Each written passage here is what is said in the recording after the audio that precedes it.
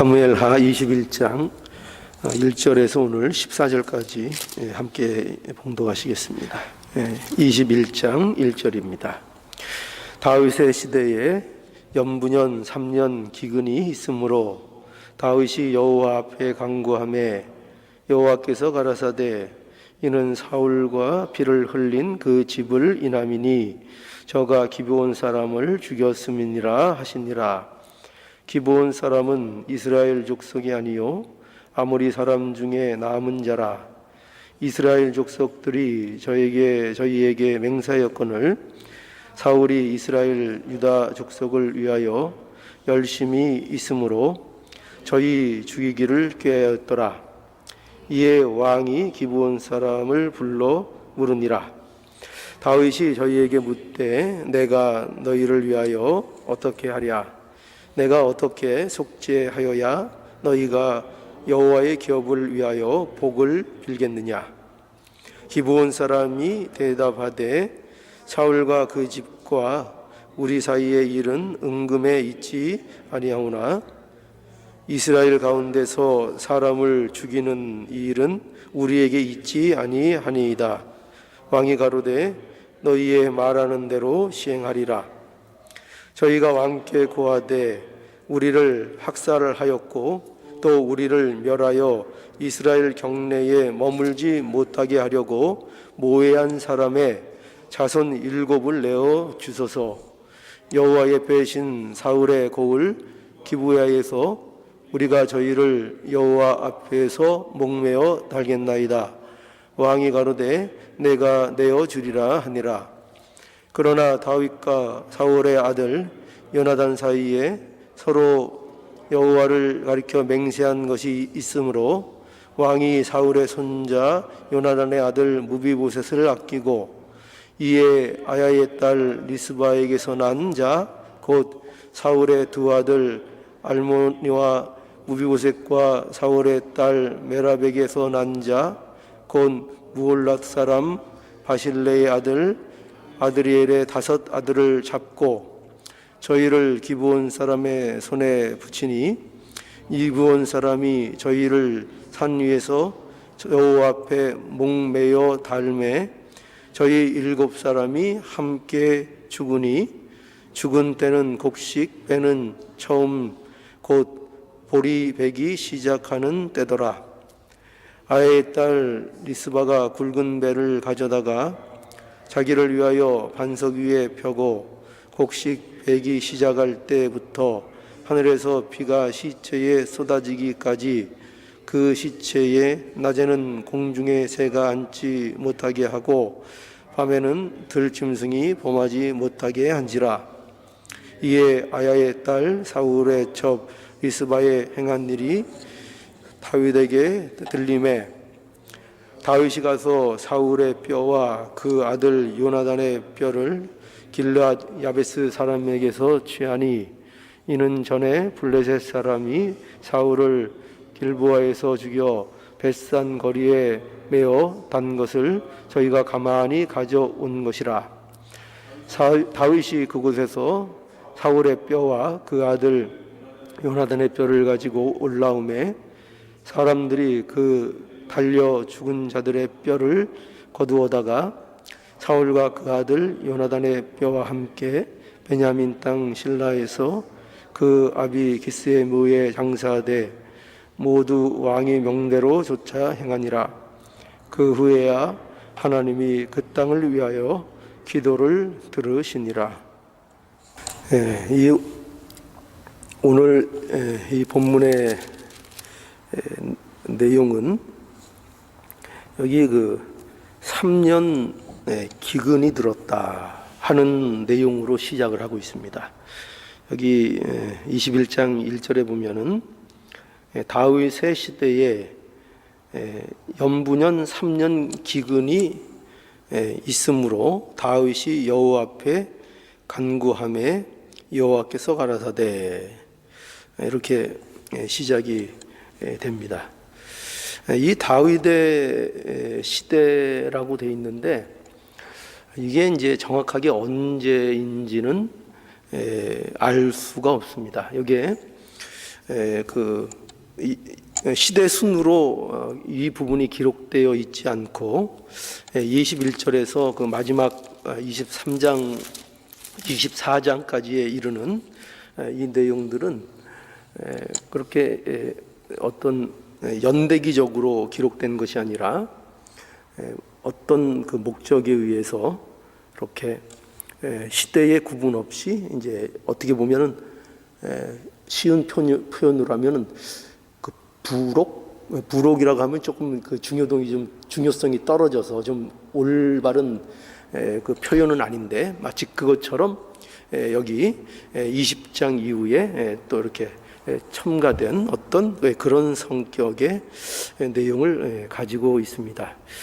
그래서 이 다윗의 시대가 구체적으로 언제를 얘기하는 건지 모르는데 아마 대충 짐작하기를 압살롬의 그 반란이 있기 전 상황으로 이렇게 이해할 수 있고, 또 무비보셋이라는 그 사울의 손자를 만난 이후에 있는 그 사이에 있었던 그런 일을 기록하고 있는 것으로 이렇게 보아집니다.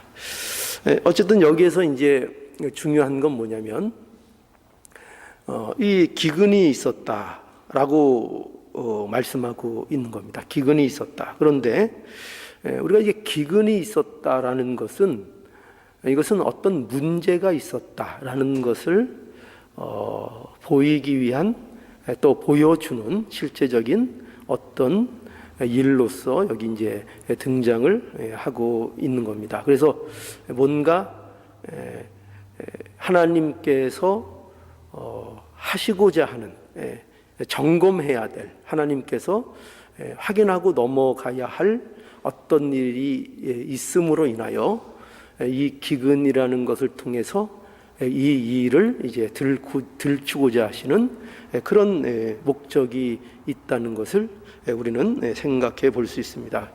그래서 이 기근이 범상치 않은 것은 여기 표현대로 연분연 3년 기근이 있었다 이렇게 돼 있죠. 그래서 연분연이라는 것은 매해 연달아서 이런 의미를 갖고 있습니다. 그러니까 우리가 한 해 기근 정도야 뭐 이렇게 쉽게 넘어갈 수 있다선 치더라도 그것도 이렇게 드문드문 기근이 있는 것이 아니라 매년 3년을 연이어서 기근이 있는 것을 통해서 어떤 중요한 문제를 여기 이제 들추고 있습니다.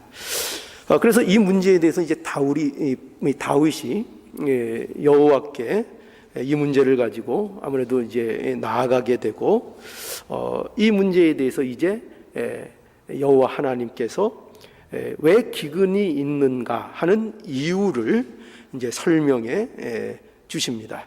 그런데 그 이유가 뭔가 하면은 그 21장 1절 그 중반절부터 보면 여호와께서 가라사대 이는 사울과 피를 흘린 그 집을 인함이니 저가 기브온 사람을 죽였음이니라 라고 말씀하셔서 이 일이 사울이 기브온 사람들을 죽인 것이 원인으로 그들을 학대하고 그들을 압제한 것이 중요한 원인인 것으로 이렇게 하나님께서 가르쳐 주십니다.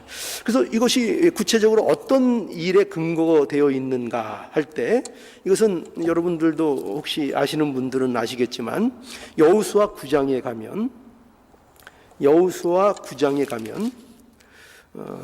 9장 22절 제가 읽겠습니다. 여호수아가 그들을 불러다가 일러 가로되 너희가 우리 가운데 거주하거늘 어찌하여 우리는 너희에게서 심히 멀다 하여 우리를 속였느냐. 이 문제는 이제 기브온 사람들이 여호수아를 상대로 해서 속인 그 사건을 얘기합니다. 그렇죠? 그래서 기브온 사람들이 여호수아가 여리고성과 아이성을 무너뜨리는 이 소문을 듣고 그들이 이제 두려워 여호수아 앞에 와서 이 자기들이 먼 거리에 있는 사람들이라라고 속여서 화치 있는 조약을 맺는 그런 일이 있었습니다. 그래서 이 사실을 알게 된 여호수아가 하는 얘기가 바로 이 얘기입니다. 여호수아가 그들을 불러다가 일러 가로되 너희가 우리 가운데 거주하거늘 어찌하여 우리는 너희에게서 심히 멀다 하여 우리를 속였느냐. 그러므로 너희가 저주를 받나니 너희가 영영이 종이 되어서 다 내 하나님의 집을 위하여 나무 패며 물 깃는 자가 되리라. 그들이 여호수아에게 대답하여 가로되 당신의 하나님 여호와께서 그 종 모세에게 명하사 이 땅을 다 당신들에게 주고 이 땅 모든 거민을 당신들의 앞에서 멸하라 하신 것이 당신의 종에게 분명히 들림으로 당신들을 인하여 우리 생명을 잃을까 심히 두려워하여 이같이 하였나이다. 보소서 이제 우리가 당신의 손에 있으니 당신의 의향에 좋고 옳을 대로 우리에게 행하소서 한지라. 여호수아가 곧 그대로 그들에게 향하여 그들을 이스라엘 자손의 손에서 건져서 죽이지 못하게 하니라. 그날에 여호수아가 그들을 여호와의 택하신 곳에서 회중을 위하여 여호와의 단을 위하여 나무 패며 물 깃는 자를 삼았더니 오늘까지 이르니라. 라고 해서 여호수아가 이 사실을 알았음에도 불구하고 어떤 약속을 하는가 하면은 너희들을 아무도 이제 이스라엘 백성들이 죽이지 못하게 할 것이다 라는 약속을 이제 하게 됩니다. 그런데 이런 약속, 그러니까 이스라엘 백성들에게 있어서 그 중요한 이스라엘 백성들의 어떤 하나님 백성 다음의 특징이 뭐냐 할 때 그것은 언약과 관련되어 있습니다. 그러니까 이 백성은 하나님의 언약과 하나님의 신실함에 의하여 그들이 보존받고 그들이 은혜를 입는 그런 하나님의 백성인 것입니다. 그러니까 그들의 어떤 존재, 그들의 삶에 있어서 가장 중요한 게 뭐냐면 바로 이 언약과 약속의 문제인 것입니다. 그러니 그들에게 있어서 가장 대표적인 그들의 모습으로 우리가 봐야 될 것이 뭐냐면 그들은 약속에 대해서 신실해야 하는 그 어떤 의무와 책임을 가진 그런 백성이라고 볼 수 있는 겁니다. 자, 그래서 그렇게 보면은 이 문제는 그렇게 간단한 문제가 아니고 하나님의 백성으로서의 어떤 자리에 관한 문제로서 이 문제가 있는 것이고, 이 사울이 바로 이 문제를 그저 대수롭지 않게 여기고 이 기브온 사람들을 학대하고 그들을 압제하여 그들을 이렇게 못 살게 했던, 그리고 죽였던 이런 일들을 이제 지적하고 있는 것입니다. 그래서 이런 일들은 다 왜 있었는가 하면은 사울의 어떤 개인적인 욕심에 의한 것이었다라는 것을 우리는 알 수 있습니다. 그래서 2절에 보면 기브온 사람은 이스라엘 족속이 아니요 아모리 사람 중에서 남은 자라. 이스라엘 족속들이 전에 저희에게 맹세하였거늘 사울이 이스라엘과 유다 족속을 위하여 열심히 있으므로 저희 죽이기를 꾀하였더니, 그러니까 뭐에 대한 열심 때문에 그들을 죽였다고요?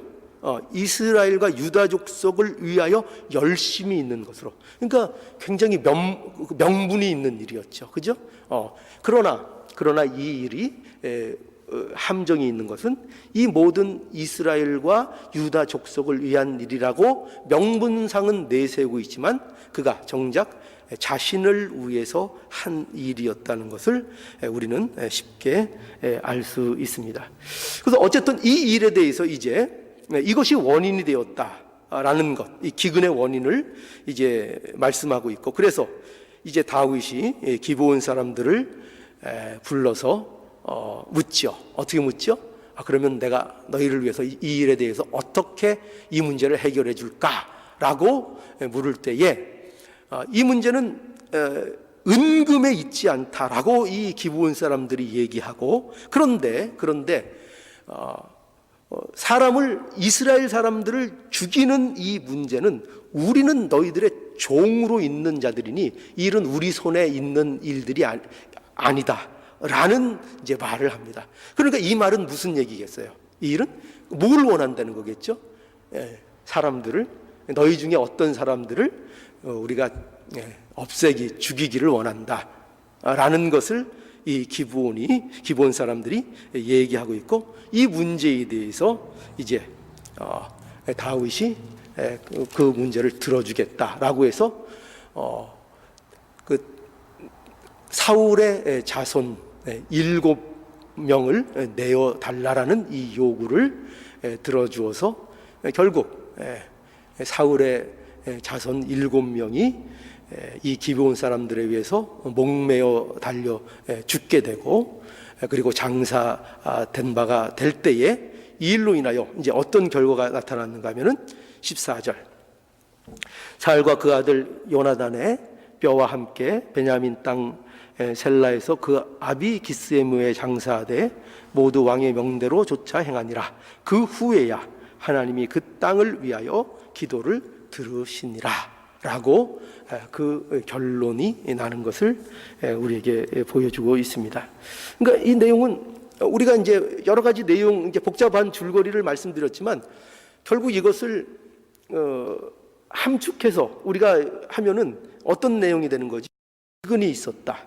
그런데 그 기근을 알아보니 사울의 어떤 죄악으로 인하여 이런 일들이 있었고, 그래서 그 일들에 대하여 사울이 이것을 해결함으로 인하여 그 기근의 문제를 해결하게 되었다라는 어떤 그런 형식의 내용이 이 내용이 되는 겁니다.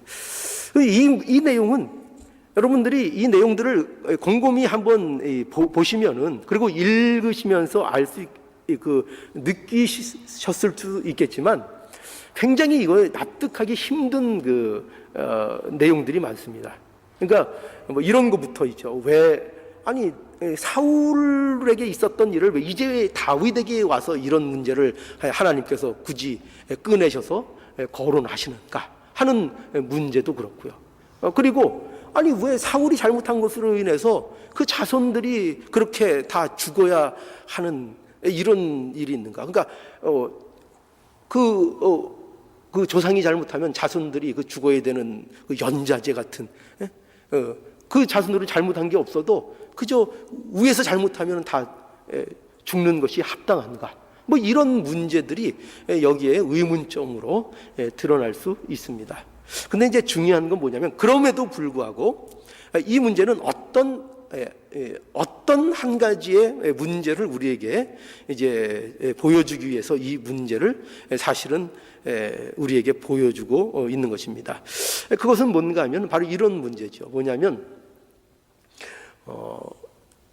다윗에게 있어서 가장 그의 그 나라를 통치하는 데 있어서 걸림돌이 되는 문제가 어떤 문제일까 할 때에 그것은 그의 정통성을 의심받는 겁니다. 그러니까 다윗에게 있어서요. 그렇지 않습니까? 왕이 되면 그 왕으로서의 그 정통성, 합법성을 가지고 있어야 되잖아요. 우리 북한에도 보면은 김정은이 뭐 백두혈통 뭐 이런 거 있잖아요. 그죠? 그러니까 그게 아무것도 오늘 아닌 것처럼 보일 수 있겠지만 굉장히 중요한 거죠. 그러니까 얼마나 왕으로서의 합법성을 갖고 있느냐의 문제는 그 모든 이스라엘의 어떤 그 지지를 받아낼 수 있는가의 중대한 문제이기 때문이죠.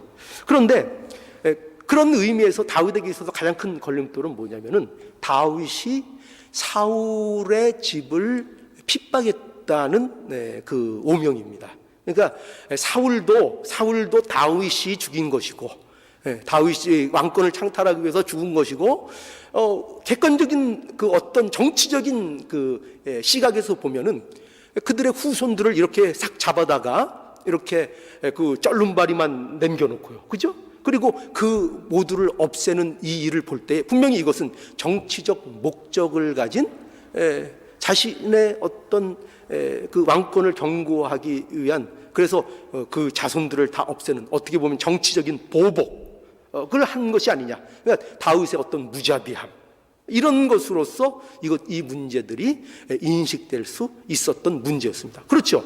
분명히 그 자손들이 이렇게 죽었죠. 이 죽은 문제를 갖고 그 반대에 있는 사람들의 시각은 어떻겠습니까?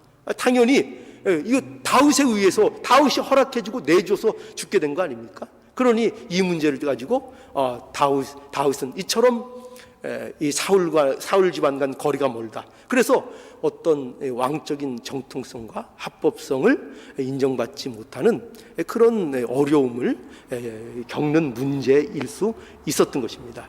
그래서 이제 이 내용이 우리에게 무엇을, 또 이 독자들에게, 이것을 읽는 자들에게 무엇을 나타내고자 하자면은, 이 문제가, 그러니까 기근이라는 문제를 통해서 그것을 다윗이 기본의 문제를 해결함으로 인하여, 그러니까 그 해결한 것이 그 후손들을 내어준 것을 통해서 해결함으로 인하여 이 문제가 누구의 허락이 있는 문제로 지금 여기 보여주고 있는 것입니까? 하나님이 허락하신 일이라 라는 것을 보여주고 있는 거죠. 그러니까 이 문제에 있어. 그래서 여기에 이제 끝에 하나님이 그 땅을 위하여 기도를 들으시니라라는 것을 통해서 이제 이 문제가 해결되고, 이 다윗이 했던 이 문제는 그가 어떤 정치적인 일로 인하여 보복을 하거나 이런 문제로 이런 일들이 있는 것이 아니라, 그가 하나님의 뜻에 의하여 하나님의 뜻을 이루는 자로서 이스라엘을 위한 조치였다는 것을 이것으로 합리화하고 있는 것입니다. 그런 것을 보여주고 있는 거죠. 그래서 결국 이것은 우리에게 뭘 보여주고 있는가 하면은, 다윗이 하나님의 나라를 다스리는 통치자로서의 그 위치와 자리에 적합한 왕이었다라는 것을 이제 보여주고 있습니다. 그래서 그를 통해서 뭘 보여주느냐? 공의를 실현하는, 그러니까 마치 잊혀져서 그냥 이렇게 없던 일로, 그저 기본이 학대를 받고 압제당하는 것으로 그냥 끝나는 이 상황을 그들이 이스라엘 민족이 아니라는 이유로 외면하지 않고 다윗을 통해서 그 억울한 일을 회복하게 함으로 인해서 뭐를 확인시킨다고요? 다윗이 하나님이 요구하시는 바, 하나님의 중요한 속성이고 하나님이 그 백성들에게 원하시는 바 공의와 의를 다윗이 구현하였다라는 것을 우리에게 보여주고 있는 것입니다. 그러니까 이 문제들은 결국 우리에게 이걸 보여주는 거죠. 하나님이 어떤 하나님이냐? 하나님이 어떤 하나님이냐?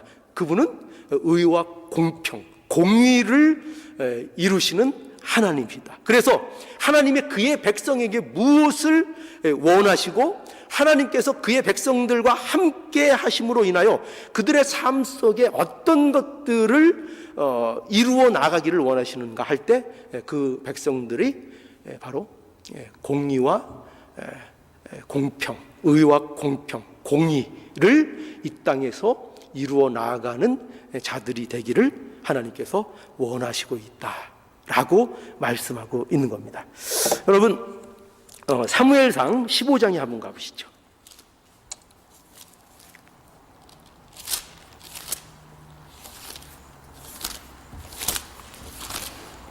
사무엘상 15장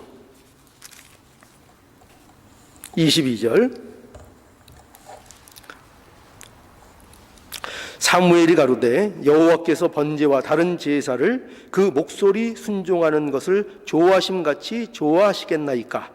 순종이 제사보다 낫고 듣는 것이 수양의 기름보다 나으니라. 이는 거역하는 것은 사슬의 죄와 같고 완고한 것은 사신 우상에게 절하는 죄와 같음이라. 왕이 여호와의 말씀을 버렸으므로 여호와께서도 왕을 버려 왕이 되지 못하게 하셨나이다. 사무엘이 그 사울에게 하나님께서 당신을 이제 왕이 되지 못하게 하셨다라는 이 말을 사울에게 전하는 그 내용입니다. 근데 왜 그러냐 할 때 이유는 이거죠. 뭐냐면 사울이 뭐에 합당치 않다는 거죠. 하나님의 나라를 통치하는, 그러니까 하나님의 백성을 인도하는 왕으로 합당치 않다는 거죠. 그게 이유입니다. 왜 그런가 하면 이유가 뭘까요? 이유는 간단하죠. 이스라엘 백성을 통치하는 왕은 누구를 위하여 그 나라를 통치해야 합니까? 하나님의 뜻에 따라 그 나라를 통치해야 되죠. 그런데 이 사울은 뭘 하지 않았습니까? 그 하나님, 여호와 하나님의 말씀을 순종하지 않았죠. 그러니까 순종하지 않았습니다. 자기 생각과 자기 뜻을 내세웠습니다. 그러니까 순종할 수 있는 부분에 대해서는 순종했지만 자기 생각이 옳다고 생각하는 것들은 자기 고집대로 했습니다. 그래서 가축들을 살렸죠. 좋은 소와 양들을 살려서 그것을 가지고 무슨 핑계를 댔죠? 이거 왜 남겼는가 하면은 하나님 앞에 제사를 드리기 위해서 남겼다고 그 핑계를 댔습니다. 그러나 그것은 핑계에 불과했고 결국 자기 생각과 자기 뜻이 하나님의 명령보다, 하나님의 뜻보다 우선한 것을 이것이 보여준 거죠. 그래서 바로 이겁니다. 그래서 이 사울은 바로 하나님의 말씀을 순종하지 않고 제사를 드리는 것, 그러니까 아주 극단적인 그 표현이 되는 거죠. 어떻게 보면 여기서 말씀하시는 거죠. 하나님께서 순종이 제사보다 낫고 듣는 것이 수양의 기름보다 낫다라고 할 때의 이 표현은 굉장히 어떻게 보면은 극단적인 표현이라고 볼 수 있는 것입니다. 그래서 이 얘기죠. 너 제사 드리다 망한다 이거죠. 제사 드리다 망한다. 그렇죠? 어떤 제사요? 어떤 제사요? 순종하지 않고 하나님의 뜻은 어떤 염두에도 두지 않고 자기 뜻대로 자기 생각대로 다 하면서 형식적으로 나와서 그냥 늘 재물을 잡는 거죠. 재물은 충실하게 잡죠. 충실하게 제사는 늘 지내죠. 그런데 그 제사를 드리는 그 열심 때문에 너는 죽는다 이거죠. 왜 그렇죠? 그 제사를 통해서 뭐는 안 하고 있죠? 그 제사 드리는 것으로 인해서 정말 하나님의 뜻이 무엇인지, 하나님의 말씀을 순종해야 되는 그 내용이 무엇인지는 현실에서 외면하고 뭐만 드리고 있다고요? 짐승만 잡아서 바치면 되는 거로 알고 있는 것이죠. 그러니까 여러분, 이 사울이 오늘 본문에서도 보여주는 모습이 바로 그 모습인 거예요. 기브온을 학대했습니다. 그런데 그것이 왜 학대했다고요? 이스라엘과 유다 족속을 위해서 열심을 그게 부린 거였습니다. 명분이 분명했죠. 제사를 드리는 것도 명분이 분명한 거죠. 그죠? 하나님 앞에 뭔가를 분명하게 하는 겁니다. 그런데 그 명분이 분명한 일을 하면서 그들이 진짜 하나님의 백성으로서 그 삶에 구현해야 될, 실현해야 될 뭐는 안 하고 있는 거죠. 하나님과의 약속, 신실함, 그리고 어떤 인간에 대한 긍휼, 자비, 의와 공평, 공의, 이런 것들에 대해서는 외면하고 있는 그 모습을 지적하고 있는 것입니다. 그래서 그 잠언 우리 21장 3절에도 보면은 의와 공평을 행하는 것이 제사 드리는 것보다 여호와께서 기쁘게 여기시느니라. 그러니까 의와 공평을 제사보다 하나님께서 기뻐하신다는 거죠. 이런 말씀이 지혜의 말씀으로, 제사만 드리면 되는 것으로 실제 그 제사가 가지고 있어야 될 내용, 의와 공평, 그 백성들이 삶 속에서 실현하고 하나님의 은혜를 입었다는 것이 그들의 삶 속에서 나타나야 되는 실제적인 의와 공의, 공평을 이루는 삶에 대해서는 전혀 관심이 없는 그러한 모습을 말씀하고 있는 거죠. 그래서 이러한 순종의 요구가 우리에게 어떻게 요구되고 있는가 할 때 그것이 이제 이렇게 신약에서는 우리에게 요구되고 있는 거죠. 마태복음 22장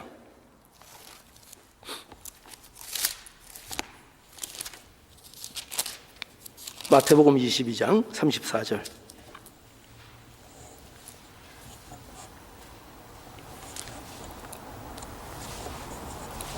예수께서 사두개인들로 대답할 수 없게 하셨다함을 바리새인들이 듣고 모였는데 그 중에 한 율법사가 예수를 시험하여 묻되 선생님이여 율법 중에 어느 계명이 크니이까? 예수께서 가라사대 내 마음을 다하고 목숨을 다하고 뜻을 다하여 주 너의 하나님을 사랑하라 하셨으니 이것이 크고 첫째 되는 계명이요 둘째는 그와 같으니 내 이웃을 내 몸과 같이 사랑하라 하셨으니 이 두 계명이 온 율법과 선지자의 강령이니라.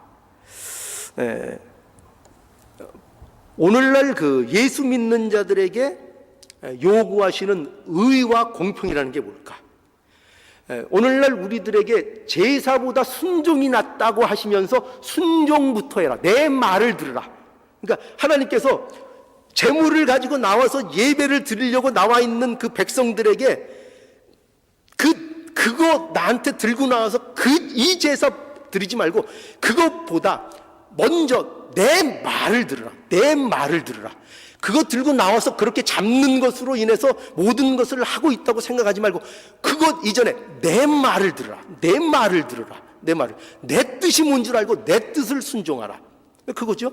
그러니까 그게 뭐냐? 그거 공평, 의, 공의. 그게 뭐냐? 할 때 그 순종에 대한 내용을 이제 뭐라고 여기 이제 말씀하고 있다고 예수님께서 그것이 사랑이다. 사랑이다. 그 모든 그 요구하고 있는 하나님께서 순종을 요구하고 있는 그 모든 내용들 그게 뭐래? 공평과 의를 행하라 하고 구약 그 백성들에게 요구하셨던 그 내용들 그 내용이 우리 신약 예수 그리스도 안에서 우리에게 요구되는 내용이 뭐냐? 바로 사랑하라. 사랑하라. 누구를 사랑하라고요? 하나님을 사랑하고 내 이웃을 내 몸과 같이 사랑하라 라는 이 명령을 이 요구를 우리에게 하고 계신 겁니다. 그러니까 우리는 이 내용을 우리가 이룰 의와 공평으로 우리에게 요구받고 있는 거예요. 그러니까 하나님의 백성들은 다윗이 의와 공의를 실현하는 모습으로 보였듯이 오늘날 우리는 바로 이 사랑하라는 이 내용을 가지고 하나님을 사랑하고 내 이웃을 내 몸과 같이 사랑하는 이 요구를 우리 가슴에 담고 이 요구를 우리의 삶 속에서 실현하는 것으로 하나님의 이 의와 공평, 순종이라는 요구를 우리가 하나님 앞에 실현해 나가야 하는 것입니다. 그래서 여러분 하나님 사랑과 이웃 사랑이라는 것은 분리될 수가 없는 거예요. 그러니까 하나님을 사랑하는데 이웃을 사랑 안 한다? 이웃을 사랑하는데 그것이 하나님을 사랑을 근거한 이웃 사랑이 아니라 그러면 그것은 어떻게 보면 우리 기독교에서 말하는 것과는 상관이 없는 거예요. 그러니까 하나님 사랑은 반드시 무엇으로 그 묶음으로 따라온다고요? 이웃 사랑. 그러니까 십계명도 그렇게 구성되어 있잖아요. 하나님 사랑과 뭐요? 지금 이 내용이 그죠? 하나님 사랑과 이웃 사랑. 그게 한 묶음이라는 거죠. 우리 그 누가복음에 가보면은 율법사와 예수님의 그 대화가 나오는데요. 누가복음 10장에 가보면은 율법사가 예수님을 찾아와서 한 얘기가 뭐냐면은 내가 무엇을 해야 영생을 얻을 수 있겠습니까? 라는 것이었습니다. 그러니까 굉장히 재밌죠? 그 어떤 율법에 대해서 굉장히 열심히 있고 어떤 말씀을 많이 안다고 한 그런 인물들이 등장할 때 보면은 꼭 그들이 예수님 앞에 나오면서 하는 질문들이 뭐냐면은 대부분 이 문제를 갖고 나오죠. 내가 무엇을 해야 영생을 얻으리까? 그러니까 여기는 언제나 어떤 관점이 있는가 하면은 이 관점을 버리지 못하죠. 언제나. 그가 아무리 신앙이 있다 그래도, 아무리 하나님을 잘 믿는다고 해도, 아무리 말씀을 통달했다고 해도 이 관점을 버리지 못하고 하나님 앞에 나오는 거죠. 어떤 관점이요? 무엇을 내가 해야 합니까? 이 관점을 못 버려요. 끝까지 이 관점을 못 버려요. 그러니까 이 관점을 못 버린다는 것은 뭐냐면 내 의에 매여 있는 것에서 벗어나지를 못한다는 거예요. 언제나. 그러니까 의라는 것이 어디 중심으로 항상 이 세팅이 되어 있는가 하면은 나로부터 내가 만드는 의에 서 있어요. 언제나. 이들이 공통점. 내가 만드는 의. 그래서 이들이 추구하는 건 뭐냐면, 아무리 심오하게 추구해도 그 결론은 뭐냐면, 그들이 찾는 건 뭐냐면 결국 이거에서 벗어나지 못하는 거예요. 내가 어떤 종류, 그러니까 종류, 내가 해야 될 어떤 더 심오한 것, 내가 해야 될 어떤 더 높은 레벨의 어떤 일들, 그런 것들이 없는가, 그걸 찾아 나서는 거예요. 그러니까 바리새인들은 아무리 그들이 갖고 있는 그 신앙 체계로 아무리 열심히 가지고 진실하게 나가도 언제나 관점이 뭐라고요? 더 고급한, 내가 할 어떤 고급한 걸 찾는 그 수준에 벗어나지를 못하는 거예요. 그 수준에. 예수님께서 그래서 어떻게 말씀하시죠? 한번 보죠. 누가복음 10장.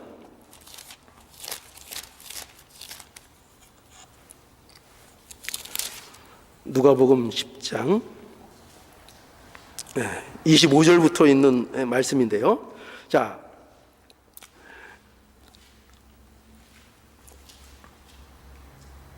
예수님께서 이 바리새인에게 이제 뭐라고 말씀하시는가 하면 26절에 예수께서 이르시되 율법에 무엇이라 기록되었으며 내가 어떻게 읽느냐. 그러니까 이 바리새인이 대답합니다. 이렇게 내 마음을 다하며 목숨을 다하며 힘을 다하여 뜻을 다하여 주 너의 하나님을 사랑하고 또한 내 이웃을 내 몸과 같이 사랑하라 하셨나이다. 그러니까 여기 예수님께서 또 이렇게 대답하세요. 28절에 예수께서 이르시되 내 대답이 옳도다. 이를 행하라. 그러면 살리라 하시니 라고 합니다. 근데 여기 예수님이 말씀하시는 이 말씀이 옳도다, 이를 행하면 그러면 살리라고 하신 이 말씀이 여러분들에게는 어떻게 들리세요? 이것이 정말 바리새인이 너 잘했다, 너 정말 잘 지켰구나 라는 칭찬같이 여러분 들리세요? 근데 저는 전혀 그렇게 안 들려요. 칭찬같이 들리지 않고 어떻게 되냐면 이렇게 들려요. 저는 그래, 말은 잘한다, 말은 잘한다, 다 지켰다고? 그래, 말은 잘한다. 저한테는 그렇게 들려요. 옳도다, 이를 행하라. 그러면 살리라. 어떻게 율법을 다 지키죠? 어떻게 율법을 다 지키죠? 그러니까 그래, 말은 잘한다. 그러니까 여러분 보세요. 이 바리새인은 자기가 지금까지 율법을 이렇게 열심히 잘 지켰다고 이렇게 이제 내세우고 있죠. 그러니까 예수님께서 그래, 말은 잘한다. 그러면서 이 일에 대해서 이 바리새인이 다시 한번 예수님께 더 자기를 돋보이게 하기 위해서 이런 질문을 하죠. 뭐냐면 내 이웃이 누굽니까? 나의 이웃이 누굽니까? 나의 이웃이 누굽니까? 그러니까 여러분 보세요. 이 나의 이웃이 누굽니까? 라는 이 바리새인의 질문은요, 이 질문은 바리새인이 갖고 있는 어떤 영적인 실력이 그대로 이제 드러나는 질문인 거예요. 드러나는 질문. 왜 드러나는 걸까요? 이 바리새인이 이 질문을 하는 것은 이런 뜻이죠. 뭐냐면 내가 그 이웃을 사랑하라고 하셨는데 그러면 그 이웃이 누구인지를 나에게 가르쳐 주십시오. 그럼 내가 그 이웃을 내가 사랑하겠습니다 라고 하면서 내 이웃이 누구입니까? 라고 할 때 이 이웃은 이런 거죠. 나를 기준해서 나에게 이웃이 누굽니까? 그러니까 내가 이웃이라고 칭할 수 있는, 내게 나라는 이 사람, 그러니까 믿음 좋고 신앙 좋고 하나님 잘생기고 바리새인, 이 나라는 사람의 이웃이라는 그 자리에 들 수 있는 그 자가 누굽니까? 그 자들이 누굽니까? 내가 그 사람들, 내 범인을 말씀해 주시면 내가 그들을 내가 사랑하겠습니다 라고 이 말씀하고 있는 거죠. 그래서 이제 예수님께서 뭘 말씀하시죠? 선한 사마리안인 비유를 통해서 이제 마지막에 뭐라고 말씀하시는가 하면은 36절에 내 의견에 이 세 사람 중에 누가 강도 만난 자의 이웃이 되겠느냐? 가로되 자비를 베푼 자니이다. 예수께서 이르시되 가서 너도 이와 같이 하라 라고 말씀하는 것을 이제 보게 됩니다. 그러니까 여기서 전혀, 여러분 보세요. 내 이웃이 누구입니까? 라는 바리새인의 말씀에 대해서 예수님의 대답은 무슨 말씀이죠? 강도 만난 자의 입장에서 이웃이 누구인가? 그럼 누가 이웃이겠어요? 도와준 사람이 이웃이죠. 그거 옳다. 그러면 너는 뭘 하라고요? 너도 가서 자비를 베풀어라. 그러니까 완전히 반대의 얘기를 하고 계시죠. 내 이웃은 누구입니까? 그러니까 예수님 뭐라고요? 네 이웃이 누군가를 네 관점에서 네 잣대로 찾지 말고 뭐라 그러는 거예요? 너에게 도움을 요구하는 그 자가 네 이웃이다. 네 이웃이다. 너는 이웃마저도 네 잣대로 네 안에서 판단하고 네가 갖고 있는 어떤 신앙적인 기준으로 이웃을 판단하고 이웃을 사랑하겠다고 하지만 그 누구도 도움이 필요하면 그가 어떤 자이든 간에 도움이 필요한 그 자가 너의 이웃이고 내가 그들의 이웃이 되는 게 중요하다. 내가 가서 이웃이 되줘라. 누가 나의 이웃이냐 묻지 말고 네가 가서 이웃이 되줘라. 이렇게 말씀하고 있는 거죠. 그러니까 누구냐가 중요한 게 아니라 자비를 베푼 자가 이웃이라고 말씀하고 있는 것이죠. 그러니까 신자는 바로 이겁니다. 이렇게 이웃이 되어주라 이거죠. 이웃이 되어주라. 복음 안에서 하나님께서 우리에게 허락하신 게 뭐냐? 바로 이렇게 이웃이 되어주라는 거죠. 하나님을 사랑하느냐? 그럼 이웃이 되어주라. 이웃을 사랑하라. 그 이웃에는 누가까지 들어가 있어요? 내가 원하는 잣대 속에 포함된 사람들만 이웃일까요? 그 이웃 사랑에는 그 이웃에는 누구까지 포함되어 있죠? 예수님이 말씀해 주셨잖아요. 원수까지 들어가 있잖아요. 그렇죠? 그렇죠? 아닌가요? 그 이웃에는 원수까지 포함되어 있는 겁니다. 그러니까 우리의 신앙생활은요, 어떻게 보면 굉장히 어려운 거예요. 굉장히 어려운 겁니다. 예배만 드리는 것이 아니에요. 예배, 그러니까 형식적인 어떤 틀만 갖고 있다고 되는 것이 아니고 우리에게 있어서 이와 같이 하나님께서 요구하시는 신앙생활의 순종, 의와 공평을 실현하는 것, 하나님을 사랑하고 내 이웃을 사랑하는 그것이 우리에게 있어서 하나님이 우리에게 허락하신 우리의 모습이라는 것을 알아야 합니다. 이걸 알아야 돼요. 그러니 여러분 제발 이러시면 안 돼요. 내 잣대를 동원하지 마세요. 그러니까 누구를 구분한다고요? 이웃을 내 잣대로 구분하지 마시고 누구든지 하나님께서 도움이 필요한 자로 우리 앞에 나타나게 우리와 만나게 하시는 그 모든 자들이 우리가 이웃이 되어줘야 될 그 대상인 것을 우리가 분명히 아시고 우리가 이 일에 순종하는 우리의 모습이 돼야 할 것입니다. 손해 본다고요? 봐야죠. 그 사랑에서 손해가 온다고요? 그걸 봐야죠. 그 손해를 봐야죠. 이것을 안 하면요 영적인 기근이 옵니다.